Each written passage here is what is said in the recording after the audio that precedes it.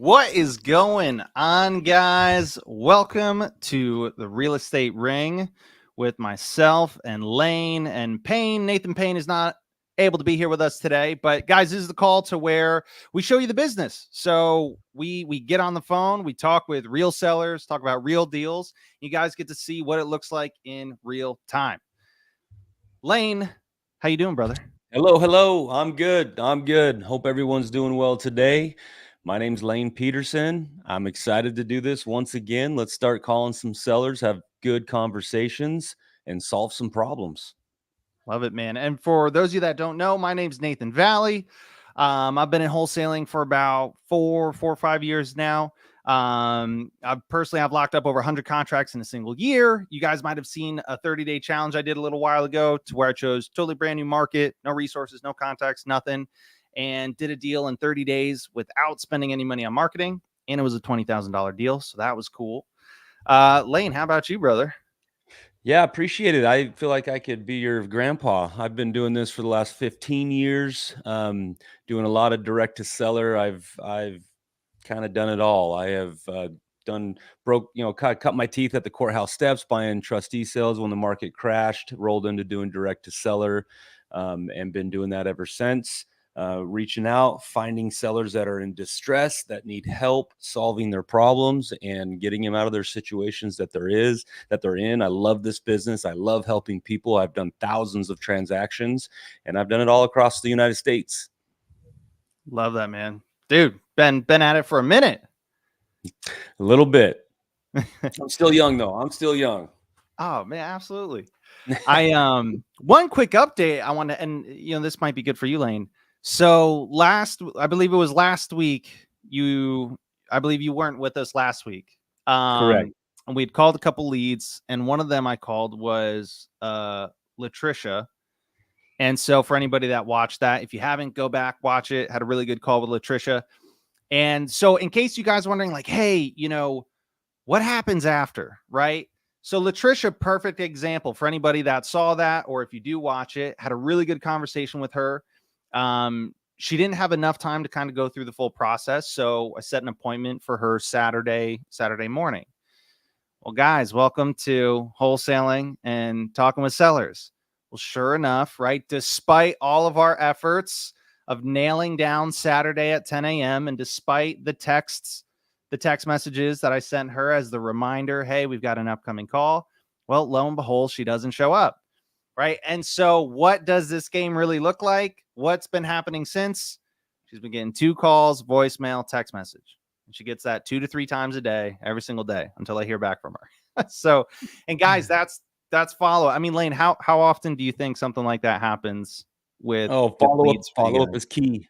You can't get offended. You can't get emotional about it. It's just gotta be systematic. You got to make sure that follow up. I mean, what would you say? 80% of your properties, maybe 70, 80% are bought on follow up, not on your first phone call, not on your first appointment, not on your first conversation. It is follow up, building the relationship, and really timing is everything in this business. Yeah. And one thing with follow up, just because this was something that, like, in early on in my career, I was like, oh man, follow up. Like, well, what do I say? Do I keep just saying the same thing? One thing, guys, and well, Lane, let me know if you agree or disagree. I'm all about how do I be the most effective? What can I do that's really high quality? But when it comes to follow up, I believe it is more important that you do it than how you do it. So it's more important that you reach out to her every single day for the next 5, 10, whatever days, or that you are doing it on a consistent basis rather than, well, do I have the perfect message or do I know like the perfect thing to say? Would you agree with that, Yeah, Lane? at the end of the day, just be you. Be genuine.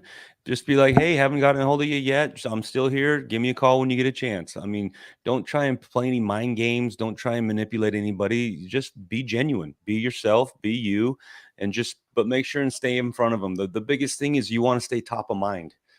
So when they're like, "Okay, I'm ready," Lane's been calling me. Lane's been texting me. Lane's been emailing to me. I know exactly where his phone number is, and then boom, you get the call. It's just You got to stay top of mind. Love it. Love it.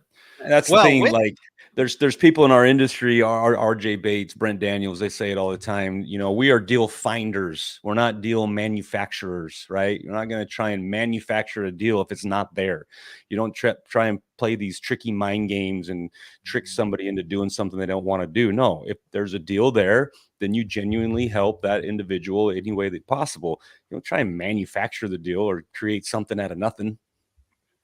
Yeah. Oh my gosh. I couldn't agree more with you. That's something, again, that was a lesson. It took me a little while to learn. I thought when I first got started in wholesaling, I never thought I was a salesperson. I thought like sales and negotiating, oh, you're just born with the skill. And, spoiler alert, that's not the case, guys. It absolutely is a skill that anybody can develop.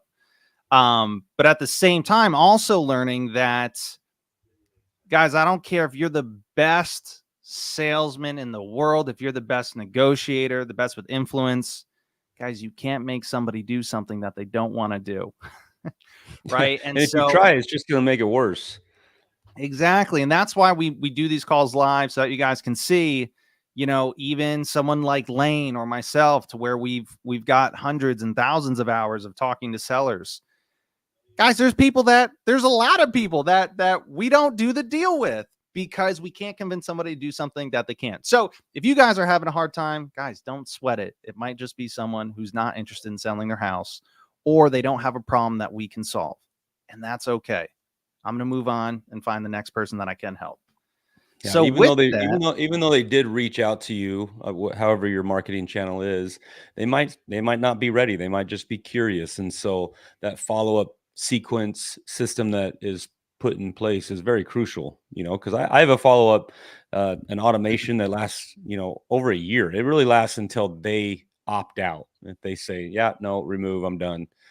So they'll keep hearing from me for, a year or two, doesn't matter. At one point they reached out for a reason. Maybe they weren't ready at that time, but when they are, I'm hoping that they will think of me. Right. I mean, same thing with, like, guys, have you ever went on like a car lot and looked at a car that you wanted, but then you get berated by the sales guy and you're like, dude, oh my God, like, I'm just looking at it. Like I'm looking to buy in the next couple months, but oh my God, not today. Right. Yep. Same thing, guys. Don't crush the person. They don't have to buy day one. It might take a week or a month or 2 months, who knows, but follow-up is key. So with that, we want to segue in, start calling some of these sellers. Yes, let's do, man. Also, I don't know if you got a hold of her, but Vera was one of the people you had mentioned last week. She actually just texted me yesterday and responded to my text from a week ago. Oh, is that yes. Right? So she responded, and she's interested in having a conversation. So I don't know if you've got that lead info in front of you, but she might pick up, she might not. Yeah, I can find her, that's for sure. Vera. Right? Vera. Mm-hmm. Do you want to go ahead and call her again, since you called her already? Oh, sure. Yeah. Okay, now I got to find. Now this is one of the ones where I wasn't able to find the lead, so I have no information on this. Okay. Just where are you able to, in the our chat, are you able to send me the address? Yes, I can do that. And then one last question. What's the company that she's entering the information, like the name of the 123 closed. 123 close. All right, let's call her up. 123 close.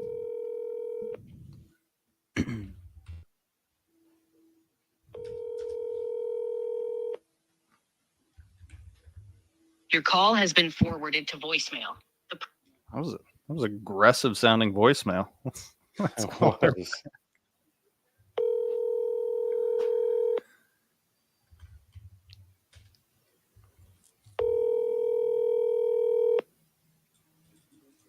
Your call has been forwarded to voicemail. The person you're trying to reach is not available. At the tone, please record your message. When you have finished recording, you may hang up. Hey, Vera, it's Nathan. Give me a call back when you get the chance. Talk to you soon. Thanks. Bye-bye. All right, and then I'm going to send her a text message. Yeah, that voicemail is pretty aggressive. I know, dude. It's like they had like G.I. Jane do that recording. Yeah, that's what I was going to say. It sounds like the CEO of the cell phone company. Right. So guys, my text message is, hey, Vera. I keep it pretty simple. Hey, Vera, it's Nathan Valley. I just left you a voicemail. Are you available to chat?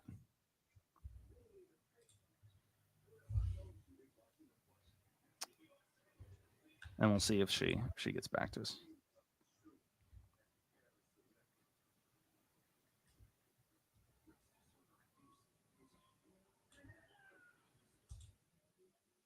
You around to chat.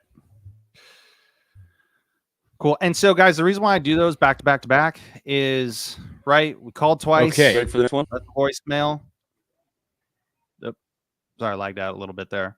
Called twice, left a voicemail, text message. That's 4 touches, right? So on her phone, she's going to see 4 notifications. She's going to be like, dude, who is this? She's going to look at least one of them, most likely. All right, Lane, you up? What do you got? Yeah, I'm going to call your Lutricia before I'm just getting her information pulled up here. Oh, yeah. I could try her too. She probably won't pick up. Let's try her from a different number this time. Yeah, she didn't respond to any text messages either.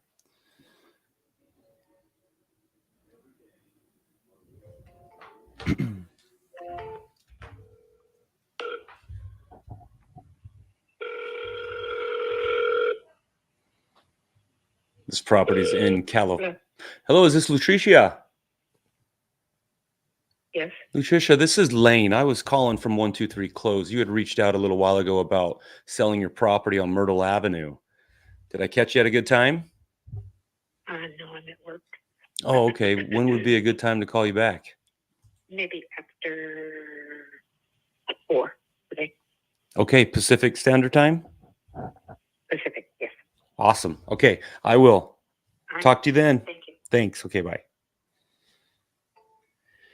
Well, she is at work. She can't talk. If you could hear her. So that one, that's good. Well, I'm glad she picked up for you. So, and guys, that's a perfect example. Don't take it personal. Like when you're following up with a lead and they haven't gotten back to you, it doesn't mean like, oh, why can't they just say they're not interested? Guys, sometimes like people just don't pick up or they don't respond, or what it is after they miss that first appointment or that whatever, they kind of keep waiting because they're like, oh, I feel so bad. Like I missed that call and now it's kind of awkward. But if you keep following up, eventually they will respond because they're like, oh my gosh, okay, this person's not leaving me alone. And what you can do is pick up right where you left off. Pretend as if you had not been calling them 3 times a day for like the last 4 weeks, right? You just pick off right where they left off. Don't make them feel bad or anything, right? Make it very easy and convenient for them to have a conversation with you. And so like that was perfect. Yeah, and one thing that we learned live on one of these calls that we did like right at the very beginning was you really want to make sure that it is a good time to talk with them. Like I could have just rolled right into my conversation right there and I would not have had her attention and she probably would have got really annoyed with me. So it's really important, like right out of the first thing is ask them, hey, is now a good time? Love it. And sometimes, and this is preference too, and this is also very different because they're inbound leads. And again, my background, a lot of background with cold calling and cold calling leads. Cold call leads, if I get somebody on the phone, even if they're busy, right, and it sounds like they're in the middle of something, I try to just initially get that qualifier of like, hey, are they even somewhat interested? If yes, great. Hey, let's pick another time where you're not in the middle of something. But if they're like, no, I'm not even interested to begin with, then okay, great. I can kind of cross this person off the list. I don't need to follow up with them. But these are inbound leads, right? So different process for how you kind of want to handle them versus an outbound lead. Love it. Awesome job. Yeah. Yeah, 100%, because you have to have their attention. You know, you could just roll in your conversation and not even know that they're, you know, trying to back up a trailer and not even listening to you. Yeah, Okay. well, it's actually funny because when I spoke with her last week, it's actually funny. Yeah, I didn't ask her, and we spoke for about, I don't know, maybe 10 minutes, and then she's like, "Hey, you know what? I've got like a graduation that," and she sounded like she wasn't like driving or in the middle of something, and you know, and that's when we scheduled the appointment for Saturday. Yeah. So see, I forgot to. Happens to the All best right. of us, guys. I'm going to call Brandon. He sent me a property in Pomona Beach, Florida. I've not been able to make contact with him yet. Let's see if we can get a hold of Brandon. Hello? Hello, is this Brandon? Yeah, this is Brandon. Brandon, hi. My name is Lane. Hey, I was calling you about the property you sent over to us in Pomona Beach on 6th Avenue. Right, Pompano Beach, yes. Pompano, yeah. Sorry, I think Pomona is in California, so sorry about that. Hey, is now a good time? Is now a good time to chat? I just want to get some more information about the property from you. Yeah. Now's a great time to chat. Okay, perfect. What can you tell me about it? What do you got going on there, Brandon? So I got quite a few places that are on sale, right? I can assign them to you. However, they're doing gentrification in this city, Pompano Beach, and you know, right now the properties are very, very cheap. However, the CRA is willing to work with newcomers that come in and help build, probably a little paint, a little something. Okay. But you could possibly run into rent at what it's at. It's about like $1,500. Let's say $1,500 for a triplex. Okay, so let's back up a little bit. You're wholesaling the property, is that correct?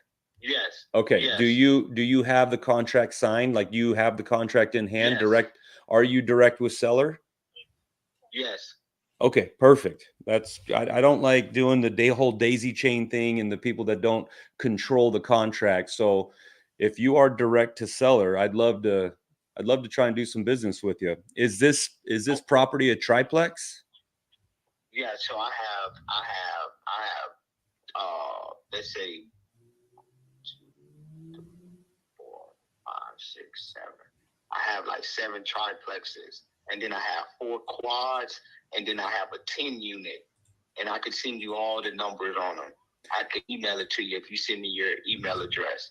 So Yeah. Each unit right now is renting for about $1,500. However, if you go up and rent, you can rent it for like $1,850 if you put a section 18 in it. If you redo it, you can go from 18 to 22 to 2,200 a month. They need a little bit of renovation, so I made them obviously keep a little space in there. They're about $660. They're $660,000. That's the value of them. Right? Okay, you're talking about the whole package of all the doors that you have. No. Each triplex is $660. That's how much the property value is valued at, $660. So each triplex, but I'm selling it to you for about $430, $435. Okay, and tell me, are these triplexes, are they occupied? Are they vacant? All 100% occupied. All 100%. Okay, and you said how much are they getting in rent? The tenants $1,500. Each door is getting $1,500? Yes. And they can clear out the tenants for you. I can work and get you tenants. I'm a licensed real estate agent. Section 8, I can Section 8 it for you if you need to. I can do whatever you need me to do. Yeah. So tell me a little bit about where you got these properties. Is it all one seller? Yes. Okay, and is it a private seller? Is it an institution? Is it the municipality? Private seller. Okay, so it's just an individual wanting to liquidate his entire portfolio? Yes. Okay. Yeah, I'm gonna need quite a bit of more information if you do have it packaged up. And do you have any sort of marketing material put together on it? Yeah. I have all of it. So send me your email address and I can send it over to you. And can I text this phone or no? For sure. Yeah, this is my direct number. I can text you my email address, and I would love to look at it to be able to underwrite it properly. How many doors total did you say there was? So total there's 6 times 26. Oh, do 3 times. Do 3 times 2, 3, 4. 3 times 4 is 12. So 20. That's 20. That's 30. That's 38. There's about 38 doors. Okay, and how many different how many different addresses? How many different buildings is that? 1 second.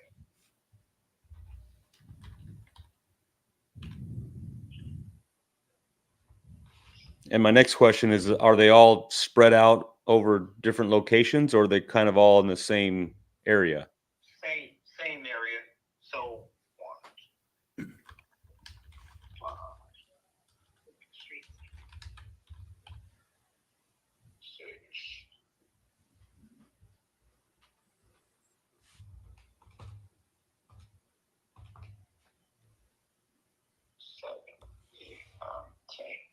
So it's about 10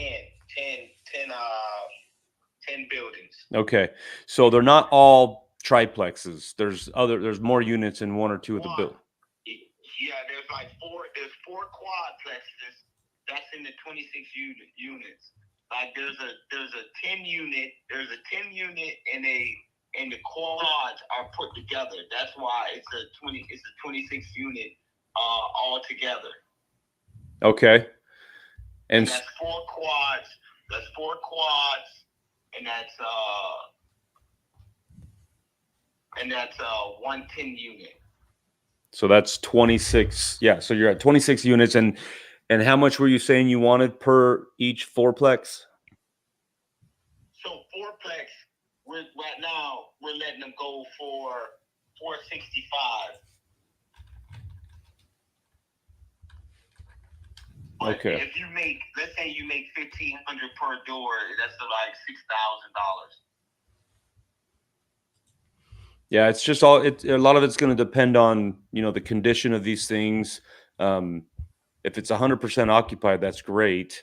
Just kind of what condition are these properties in and whatnot. So if you could, I'm going to text you right now, and part of your marketing package, you have pictures of everything.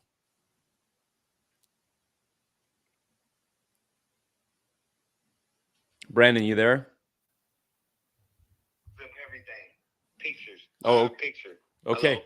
Yeah, no, perfect. I lost you there for a second, but I'm here. No, I have pictures of everything. Awesome. Hello? When is close of escrow? June 21st. Oh, wow. Yeah. That's in 7 days, bro. Yeah.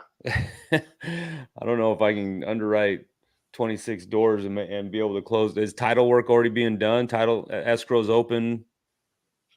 Yeah. Okay. Well, let's get to work on it. I'm going to text you my email right now, and we'll get work on it right away. Have you got? How long have you been marketing it? Just out of curiosity.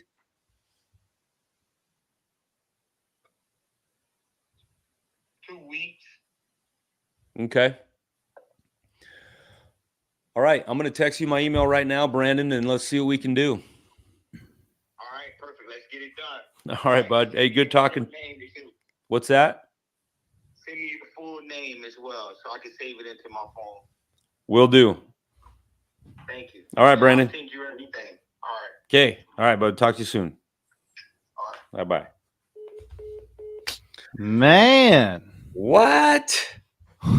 26 doors needs to close in 7 days.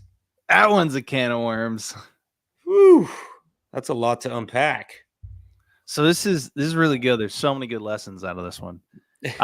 So one, right? We think we're calling a seller. Turns out to be a wholesaler. First thing, man, I love what you did is clarify, right? You clarify. You're like, wait, what?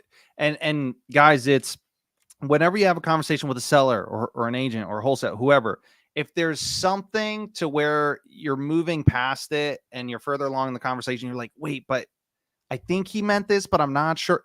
Guys, take the assumptions out of it. Go back and clarify. And Lane, you did that like 2 or 3 times, which I thought was amazing, right? You clarified, wait, so you are the wholesaler, right? You are, and guys, like break it down in very clear, specific English, right? Hey, you are the wholesaler. You do have the contract direct to seller. You're not daisy chaining it, right? These are all details that are really important that you want to have. And then, because I mean, it's very important to know that because I mean, I get a lot of wholesalers that call, and it's just the nature of the business, you know, people that are just getting, and I don't frown upon it at all because I have wholesaled other people's wholesale deals hundreds of times. I've done it very early on. It's a great way to do business and get started. But you really want to know that up front because you could just be spinning your wheels on somebody that maybe just found it on a website and is just going to try and get an offer from somebody and they don't even control the deal. It could already be sold to somebody else for all we know. Yeah. So I immediately want to know, okay, I'm totally fine that you're a wholesaler. I enjoy working with wholesalers. I'm a wholesaler myself. But do you control that deal? You know, are you direct to seller? So do you have the contract directly from the seller to you? That's the AB, right? The AB contract. And so you want to know that because, and the term daisy chain is when there's other wholesalers involved, right? Let's say he's not direct to seller and it's some other guy that has it. Well, that guy's shopping it to everybody in town. And he's just one of them that doesn't have anything signed. And so it's just kind of daisy chained from the guy that actually controls the contract. And you could go spend, I could go spend 6 hours underwriting this thing, doing all the rent rolls, doing all the expenses, pulling all the property taxes, you know, trying to figure everything out. And then I come back to him and say, hey, I'm good. Oh, sorry, he sold it to somebody else. Or and to come to find out he didn't even control it from the beginning. Yeah, 100%. Yeah. And guys, again, there's nothing wrong, right, with wholesaling another wholesaler's deal so long as everybody knows what's going on, right? Again, if you have if you're looking to wholesale another wholesaler's deal, nothing wrong with that. But again, you want to disclose that up front. And that wholesaler should also know that that's what you're doing, and they should have given you the green light and been okay with it. We've wholesaled a ton of other wholesalers' deals. But only because the wholesalers knew exactly what we were doing, who we were, and same thing with the buyers. They knew what role we were playing and all of that. So when everything's above board, it's great. Awesome, man. And so the other thing I love about this one is I think they were all residential units. Yes. Yeah, 5 and under is still considered residential. You can get an FHA loan. The 10plex, he claims there's a 10plex. That is a commercial. You can't get a residential loan on that. That's considered a commercial building. But everything else, if it's a 4plex or a triplex or a duplex, that's still considered residential. And with these types of deals, when it comes to rent, especially when we're talking, bunch of different units, and again, it's when it's a bunch of units and it's not one commercial property and it's a bunch of different residential ones, guys, that's the underwriting and analysis. That's a lot of hours and a lot of time that can go into it. And so for me personally, the way I like to do things is for wholesaling, right? And I strictly wholesale. So for me, I don't make money unless I've got a buyer that's ready, able, and willing to pay me for a deal. So, and especially if it's in a market or an area that I'm unfamiliar with, at the end of the day, I'm like, dude, I could spend a whole day, 2 days trying to underwrite, look at rent comps, look at this, look at that, look at the other thing, try to walk the property, get pictures. But at the end of the day, I don't know, right? So the number one question is like, okay, well, who am I even going to sell this to? And what I like to do is I like to try to find them and get some feedback from them of like, dude, is this even in the ballpark of something you'd be interested in before I do any of the underwriting? Because I could be wasting life. Now, people have different strategies and different processes. Lane, I know you've got a great team, great dispo team, so your process might be a little bit different than for me, who typically does it as like a one-man show. Yeah, so this one is it's definitely different than your residential home, right? Because when you're dealing with a multifamily unit, it is its own comp, right? Like that templex that he's talking about, it's all based on ROI. What's the cap rate, right? So if you don't know what cap rate is basically your return on investment. If I'm buying the property for $500,000, I got to figure out what's it bring in rent, what are all my expenses, what's that net number, and then I divide that by 500,000, and that's going to give me what the return on my money is. And that's the comp, right? What is the industry paying for templexes right now? Are they buying it at a 5 cap, which is a 5% return on your money? Are they buying it at a 7 cap right now because of interest rates? You don't have to go out and find other templexes that have sold around that neighborhood because you're probably not going to find them.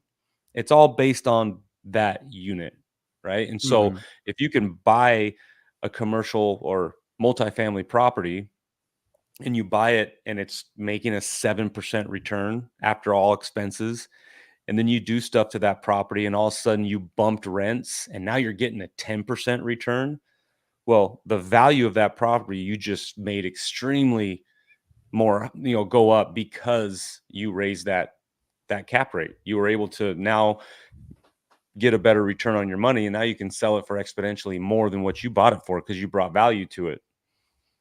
Yeah, 100%. And then also, with it being a commercial deal, one of the things that I'd love to ask him is just a simple question. He was like, "Oh yeah, I'm an agent. I'm this. I'm that." Well, cool, man. Hey, you're licensed agent. Why not just list it on the MLS? Why doesn't the seller want to just go that route? And then also on top of that, I love that you asked when's close of escrow, right? Yeah. And what do you say in 7 days? Basically like in a week. June 21st. Yeah, guys, single family, different story, right? Very doable. If it's a deal, there's a number of people that can work in that quick of a time frame. But again, this isn't just a single family house. There's a lot more that goes into the underwriting and the analysis. So, for example, it was a total of 26 units, I think he was saying, or something like that. Yeah. Guys, Yep. most people, unless it's an absolute steal of a deal, which just at face value, it did not seem like that. It might be a deal, but it doesn't seem like a, oh my gosh, take my money right now kind of deal. Right. And so on a deal that's at a decent price, maybe most investors, they're going to want to walk every single one of those units. Right. Or as close as they can to every single one of those 26 units. You have 4 of them and he wants $450,000, for the 4plexes, that's $1.8 million. You're not going to close a $1.8 million multifamily deal in 7 days. It's not happening. Right. Unless it's worth like 4. Unless I can get it like 30 cents on the dollar. Yeah. Then somebody might roll the dice. So that's good. And I love how this perfectly comes back to kind of what we were talking about at the beginning of this call of where do I put my focus and my time, and what do we spend our time on? Right. And guys, this is one of those things to where we're not deal makers, we're deal finders. And what we're trying to do is we're trying to clarify, with some information from the wholesaler and with looking at a little bit more information on the property, we're trying to clarify, did we find a deal? Did we find an opportunity?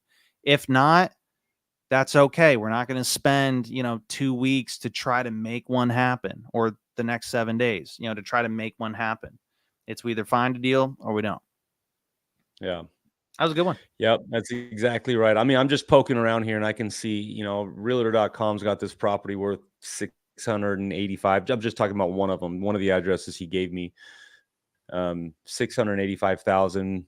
Redfin's got it worth 415,000. You know, so it's really going to take some digging into and running the expenses of the property, you know, because even though you buy a property and it's fully occupied, right? He says it's fully occupied. They're getting $1,500 a door. You still need to know what the condition of that property is, because those tenants are going to move out. And so part of your underwriting on these multifamily, or even if you're buying a home just to keep as a rental, you want to know what you are going to have to put into it here in the next year or 2 or 3, because that's still going to be money you're putting into it, and that's going to affect your cash flow. So yeah, it's great that it's fully occupied, but I still have to include repairs in my underwriting, because the roof may need to be, you know, replaced in the next, you know, 2 or 3 years. These tenants move out, I'm going to have to rehab the entire place. That all has to be part of your initial underwriting going into it. You can't just base, you know, on zero rehab because it's fully occupied. Yeah, and there's even more to it than that. With if that wasn't enough, like, and this is where, you know, just experience, right? You know, with commercial properties and rentals, I mean, fully occupied, guys, it might not actually be fully occupied, right? The rent roll, it might, oh, they're all current, they're all paying 1,500. You might look, and these are things that you want to know. Okay, great, it's fully occupied, everyone's paying 1,500. Are these month-to-month people, and you filled 30% of these units like 1-2 months ago? And Right. is it actually coming from, like, are they making the deposits into your account from theirs? Because guys, when you're working with bigger numbers, there tends to be craftier people. Well, craftier in the sense of, you know, you really gotta, you know, dot your I's and cross your T's, and you really gotta know how to do your homework, because people they'll fill the units, right, with really low grade tenants, and they'll be paying the on time rent out of their own accounts, right? So that you can look at a rent, and so that on face value, oh, it looks like it's performing really well. It looks like it's a great deal. But when you start to dig deeper, you realize, oh, wait, no, this is a piece of garbage that somebody threw together, and they're trying to hand off really quick to somebody that doesn't look deep enough. So a lot of stuff can go into it. But no, that's a good one. Do you have maybe one more to call? Sure do. All right. This one's local here to Arizona.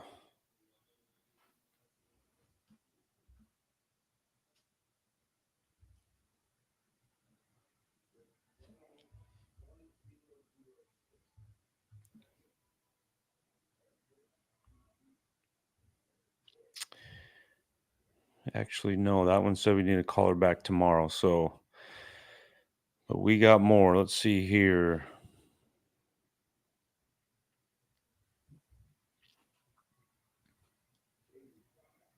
Let's call Stacy.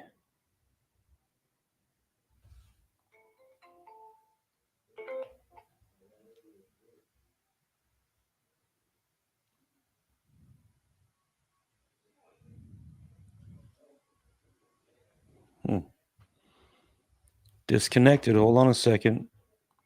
Come on, Stacy.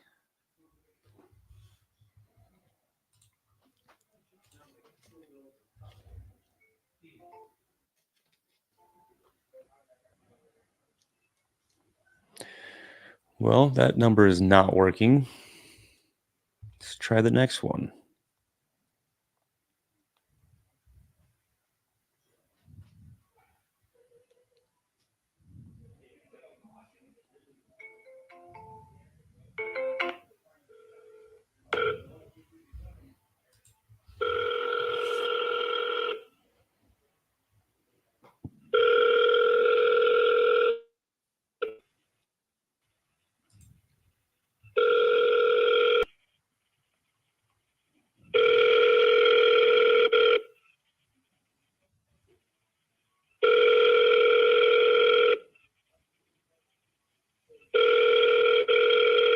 You're trying to reach is not available. At the tone, please record your... Okay, let's call back to back. Miss Judith.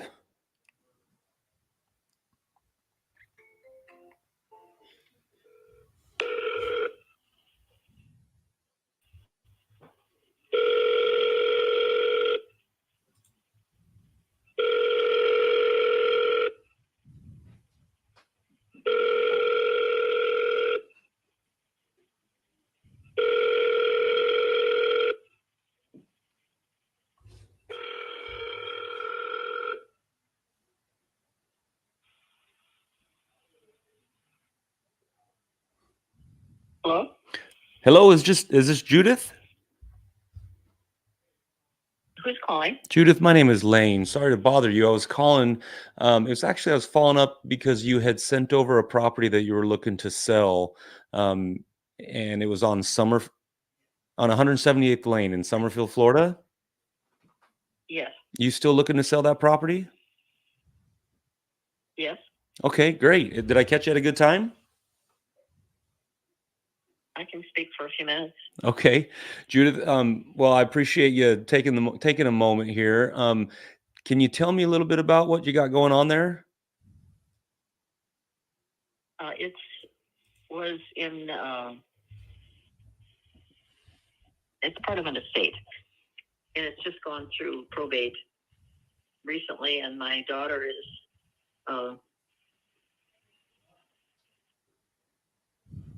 She inherited the property. Gotcha. Okay. And she lives in Florida, and she wants me to take care of it for her. Oh, okay. That makes sense. So is it still going through probate, or is that all done? Because it just finished about a week ago. Okay, so now you guys are able to sell it since that's all done and taken care of? Yeah. And your daughter is the executor of the estate? Yes, but the estate will be closed, and the property will be just, I believe, deeded to her. Gotcha. Okay, so she will have control and be able to sell it. Yes, she has control and is able to sell it. Okay, that makes sense. I follow you. Is there any other decision makers besides her that will? She runs a construction business in South Dakota and is just moving herself, so she wanted me to take care of it for her. Okay, that makes sense. Yeah, she sounds busy. So she's the only decision maker on the property? Yes. Okay. Can you tell me anything about the property? Do you know what kind of condition it is in? I'm living in it right now. Oh, you're in the property. Okay. Yes. I was here taking care of her father. Gotcha. Okay. Well, what can you tell me about the overall condition of it? It's in good condition. It's got a new roof that was put on last year, and the air conditioning was replaced since I've been here. Oh, great. How long ago was that? It's probably a little over a year. Oh, yeah. So it's brand new. The heating and air conditioning. Well, everything I'm telling you has just been put in within the last 2 years. Okay.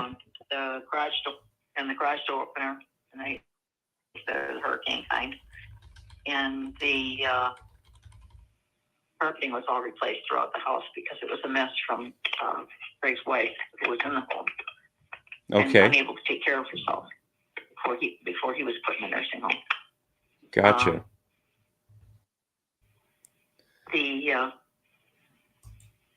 Most of the major stuff is fine. You know, it has a new hot water heater. One of the kind that it's a tankless. Oh, nice. Okay. I love tankless. Got one in my house, and I've got kids, so we always got hot water with one of those. Mm-hmm. I think you save a lot on them too. Yeah, you do. The home itself not updated a lot as far as like the bathrooms. They have the elongated stools and everything on them, but that was, I think, all that was replaced. Okay. They have the kitchen are, nice tile, white, and like I said, the carpet is new. But the kitchen could use some updating. Okay. But people want to do that themselves anyway. Yeah, I'm kitchen. selling a house myself, and I had to stop everything, and it was a mistake because they were busy tearing it out when I went to visit. Oh, wow. I spent a lot of money on nothing. Yeah. Well, yeah, you never know. That is true. Their taste was not the same as mine. So you would say the kitchen is just dated? I mean, there's no damage. It needs some updating. It's dated. Yeah. So It needs an update. the home was built in 1993. So it's just original from then, right? Yes. Gotcha. Okay. That makes sense. Okay. That's good to know. How much you guys look? Most was built in '93. Oh, it wasn't? That's the data that I'm looking at. Oh, that could be right then. Okay. I was thinking of something else. Yeah, I'm just looking at our software that pulls from county records, and it says that it was built in 1993. Yeah. They did replace the front window. I don't think the windows have been replaced, but they're all functional. Okay. I haven't had any problem with them. I show that the HOA is 135. I can't think of anything other than. Pardon? I show that the HOA is $135 a month. Is that accurate? No, it's 160 something. 160 something a month? Yes. Okay. And what does the HOA include? But it includes the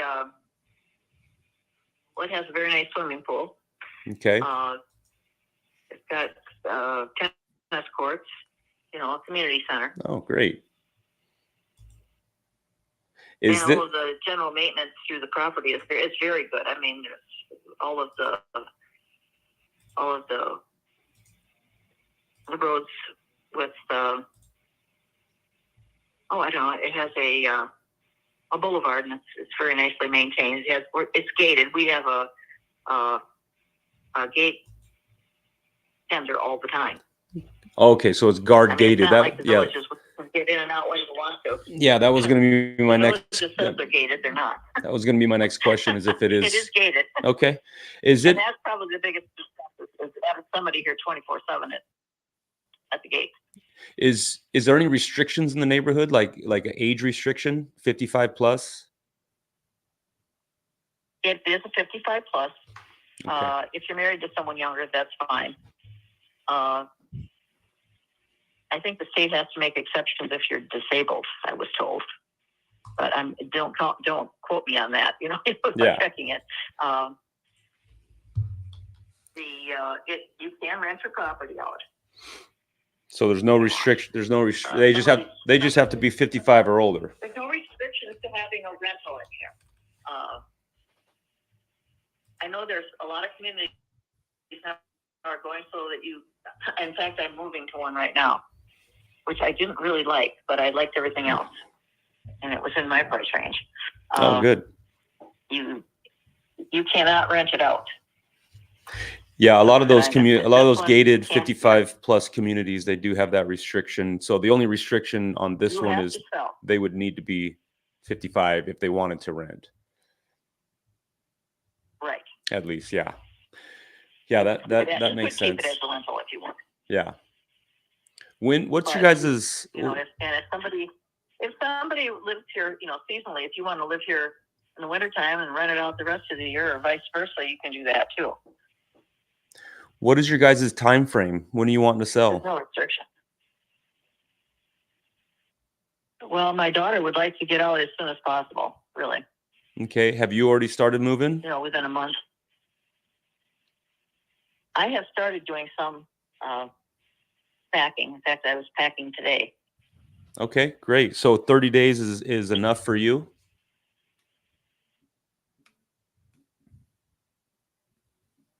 Days would be workable. Yeah. Okay. All right. Yeah, that's what we would prefer. If we were to come to an agreement. Have you guys discussed price? What are you guys looking to get out of it? Well, when we had talked about selling it, we wanted to we had talked to a couple of realtors, and some were higher and some were lower, but we were thinking about the ones that seemed to agree on it were like 230 to 240. And that's what they would list it for, right? They weren't making you offers. No, they were listing it at that. Yeah. Okay. If you guys, so the way we work, Judith, is, we are a cash buyer. We buy the home as is. It's very straightforward. We really offer a very convenient process of selling it. You don't got to deal with home inspections, home appraisals, anything like that. It's very straightforward. There's not going to be any real estate commissions, and it would pass an inspection. yeah, no doubt. But I don't. Worried about You know how home inspectors are, though. They always find something somewhere that then a buyer asks the seller to repair or ask for a credit in the price. And we don't do any of that. We buy it as is. And like I said, we'll pay all the closing costs with the title company to close it. So really, the price that we come up with would be a net number to you. And have you guys considered an offer like that? What kind of price would you be able to do for us?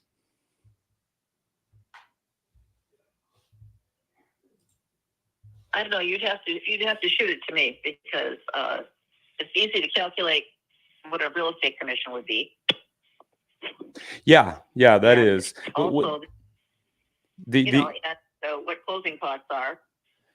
Yeah, the unknowns are just, how long is it going to take to sell? What are they going to ask me to do in repairs? How much are they going to ask me to credit back because of what they find or what they don't, whatever. That's kind of the unknown. What we usually... Go ahead. Sold in a week. The one next door to me sold in less than a week. And it was a similar home to yours? Yes. Okay. And how much did they sell for? Pardon? And how much did they sell for? Do you know? No, I don't know anything about, the finances on it, but it sold very quickly. Gotcha. Okay. And it's a well-kept house. Yeah. So kind of tell me what the decision process is. If I were to make you an offer, are you the one that's going to make the decision, or do you need to talk with your daughter about it and discuss? Or what does that look like? My daughter and I would definitely discuss it. I'm the one that's been here. Okay. Well, I'm just kind of looking around based off of kind of the condition that you're telling me. I think that we'd probably be, anywhere in the range of 165 to 175. And I don't know if that's kind of in the ballpark that you guys are thinking, or what are your thoughts?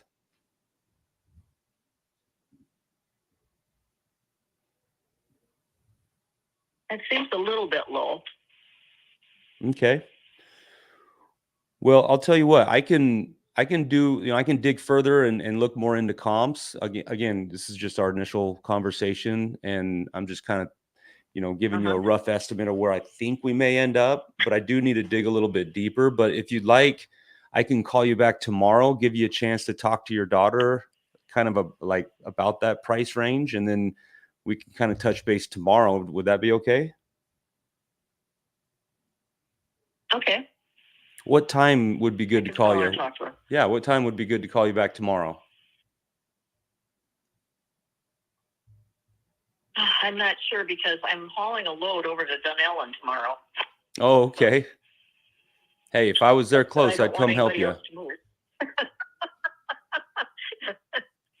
The stuff I don't want anybody else moving. Oh, okay. Gotcha. I'm moving that tomorrow. And well, why don't I check back with you tomorrow afternoon? Is that okay? Will that give you enough time? Well, Dunellen is about an hour from here. A little over an hour to get back. No, it would probably be better in the evening. Okay. if you can do that. Yeah, no, that's not a problem. That'll give you I enough. don't know what time I'm going to be coming back. That'll give you enough time to talk with your daughter, do your run, and that's totally fine with me. I can give you a call tomorrow evening. All righty. Okay, Judith, I really appreciate you taking my call, and we'll talk to you tomorrow. All right. Okay, Bye-bye. thank you. Bye. Crushed it, man. Love We're gonna that. get that house. We are gonna get that house. Love it, dude. That was good, man. So we're gonna get that one. Yeah, you know, you gotta really. I could tell just by the way she was talking and what she was explaining to me that was a 55 plus community. That would be a big miss if you don't know that. Yeah. Yeah. And man, guys, again, asking the questions and clarifying, right? So good, dude. There's so many good things you did on that call. I'll try to speed run through a few of them. First saying you did the same thing with Brandon on the last one. Did you guys notice when he spoke with Brandon and when he spoke with her? After the first sentence out of the person's mouth, Lane matches their tone. If you notice with Brandon, right, the guy's like, oh, yeah, hey, this is Brandon. What's up, man? Right? He's like, oh, hey, yeah, what's going on? Right? And kind of matches his tone, his language. Same thing with this. She's like, oh, hi, hello. And it's like, oh, hey, how you doing? Right? Softens the tone, matches her pacing. So really, really important with creating rapport with the seller. Also, kind of jumping towards the end, was setting the appointment. It wasn't, hey, when's a good time this week or next week? Like when can you reconnect with me? It's like, no, can I call you tomorrow? Right? It's one day. Guys, time kills all deals. Time kills all deals. So we want to kind of compress that time as much as possible. And then also setting clear expectations. Great. Who's it? Sounds like you'll need to chat with your daughter about it. She's like, yeah, cool. Well, I'll call you tomorrow. That'll give you time to chat with your daughter about it tonight. And then we can see if we can come to an agreement tomorrow, right? Clear expectations as far as, hey, telling her what her next steps are. Hey, this is what you need to do. Get off the phone, go talk to your daughter, have a conversation about it. And then we're going to chat again tomorrow and see if we can make something work. Love that, man. So good.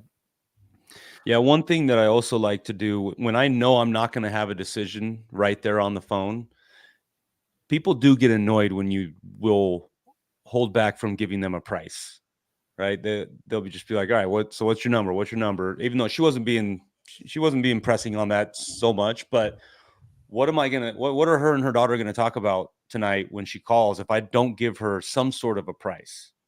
Like, what's even the point? So when I do that, I like to give a range, right? I like to give a range so it sounds like a little bit better. And then when we have discussions, I might end up on the lower end of that range. But, I know that she has to go talk to her daughter. I know that they have to have a discussion. This is an inherited property. Judith is already moving out. A lot of this is about price. You can really sense it's not so much about timing. It's not so much about really anything else other than how much are they going to get. And and that's why I wanted to leave her with some sort of a price range, because what else are they going to discuss? When they get on the phone. Daughter, I don't know if you heard, she lives in San Diego running a construction company, and she doesn't want to deal with it. So she's just like, tell me how much it is, and then I can make a decision. Yeah, I love it. And man, I'm so glad you mentioned that, because that was the other point I wanted to bring up. Price. You didn't make a firm offer. Guys, I like to use the word probably. Same concept, right? We're not making a firm offer, right? We're just saying, wow, we'd probably be in this price range, or Mr. Ms. Seller, in a perfect world, we'd probably be around here. Or if we were able to be in this price range, is that something that you'd consider, right? Saying if, probably, maybe. What it is you're able to throw out a number without having to make a firm commitment, and you're able to see how do they respond to it, but you have an easy out. So if she responded with like, oh my gosh, never in a million years, 165, no, we can hang up the phone right now. Then you can easily be like, whoa, hey, no, totally get it. I mean, I'm not saying that's what our offer was. I'm just, that's probably what they would say, but we can look more into it and see where we'd need to be at. right? And then you're not kind of throwing yourself out of the game versus, you know, calling, just saying, yeah, we could do an offer of 150 or 160, right? Sometimes you'll lose them right then. And the other thing is, we still have the carrot to dangle, right? How do we get that person to show up for that call tomorrow? Well, it's because they still don't know what our offer is yet. And that's what they want. They want to know, hey, what's the concrete number? What is the best offer that you can make? And they don't know that. All they have is a, hey, we're probably around here. So they still want to know that piece of information. So that was good, man. Awesome, awesome call. What a great note to end on. Just real quick, you know, this is a Florida market. Let's see, where the Summerfield, Florida. You know, I was doing some poking around. I know you guys can't see my screen, but you know, when I make these calls, I like to have Zillow, Realtor.com, and Redfin. I also have Batch Leads. You know, a lot of people don't know what that is, but I have all these pulled up in front of me as I'm talking and trying to like comp the house, get my brain around the value of it. And if it's a strong market, like I felt like this it's a pretty active market. So what I did is, I think the homes, by the way, this is kind of like northwest of Orlando. So Orlando's a very, very strong market. Yep. I thought it was worth around 265, 270.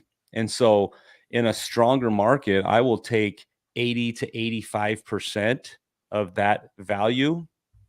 I will minus out repairs. That's what I know I can sell it to a fix and flipper. So then I just minus out my wholesale fee. And that's kind of how I came up with that rough number of 165 to 175 range. Dude, that's awesome, man. And definitely strong market. Orlando was my old stomping grounds. Well, at least that's where I did my 30-day challenge. Oh, yeah, man. Wonderful. Yeah, great market, great place to get a deal. Yeah, and it sounds like a really good one too. Yeah. But so stay tuned. I will give you an update. I'll talk to her tomorrow evening. Yeah, I'd love to hear how this one plays out for you. Yeah, keep us posted, and then we'll update all you guys when we come back next week. Same place, same time. Lane, if any of you guys, if you're like Brandon and you've got a deal that you want Lane to help you guys out with, Lane, how do they get in touch with you? How do they find you? What does that look like? HOV Lane. I am the HOV Lane, but my name is spelled LAYNE. So I'll just put it in the comments there. You can find me on Instagram, Facebook, social media. Drop me a DM. If you do have a deal or a lead that you need help getting past the finish line, or maybe you already have a deal and you need help selling that deal, that is what we do every single day. That's why my company's called 1, 2, 3 Closed. It's that simple.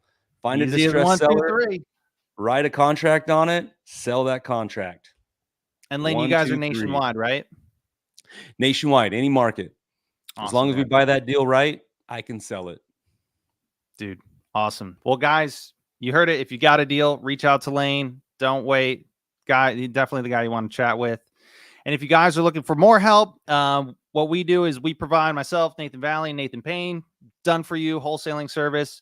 If you guys are like, hey, I'd love to just have the hardest parts of wholesaling just done for me, guys, there should be a link somewhere down below. Go to painlessflipping.com. Check it out. Learn more about it. Chat with you guys. Until next time, guys, thanks for tuning in. We'll see y'all next week. Take care, guys.